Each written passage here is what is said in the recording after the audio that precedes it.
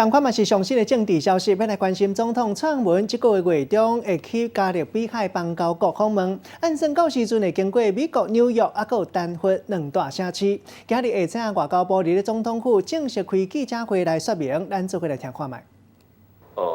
蔡总统曾经多次的过境美国，这次我们跟美国相关的过境的细节仍然在规划协调当中。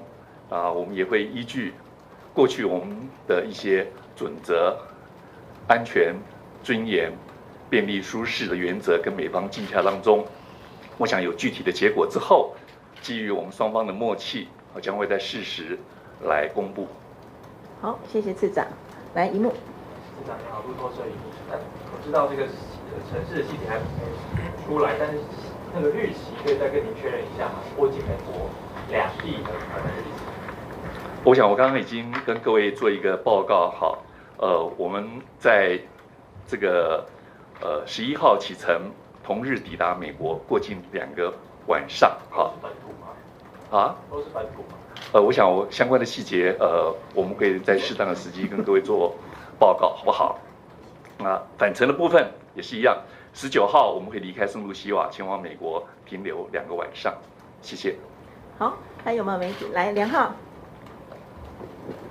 向你要请教一下，因为过境美国过往大概就24小时就离开了，那这一次到2天，是不是代表我们在外交上有一些突破？那另外有人是说过境的地点是不是会选跟比较支持川普总统的一些城市或是州呢？也一方面也表达我们对川普总统的一个可能有一些比较支持的。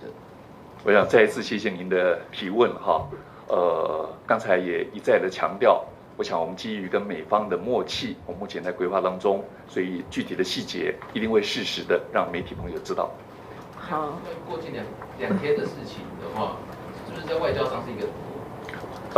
我想我做同样的论述，好不好？好，谢谢。好，谢谢。来，怀俄明州的州长他也有邀请那个总统过去，那这个部分我们也会列入考量吗？还有就是这一次的美方听说是规格是比过去要高，是不是有这样的规划？我们每次的过境都受到美方的高度的礼遇，我想这一次也一定是。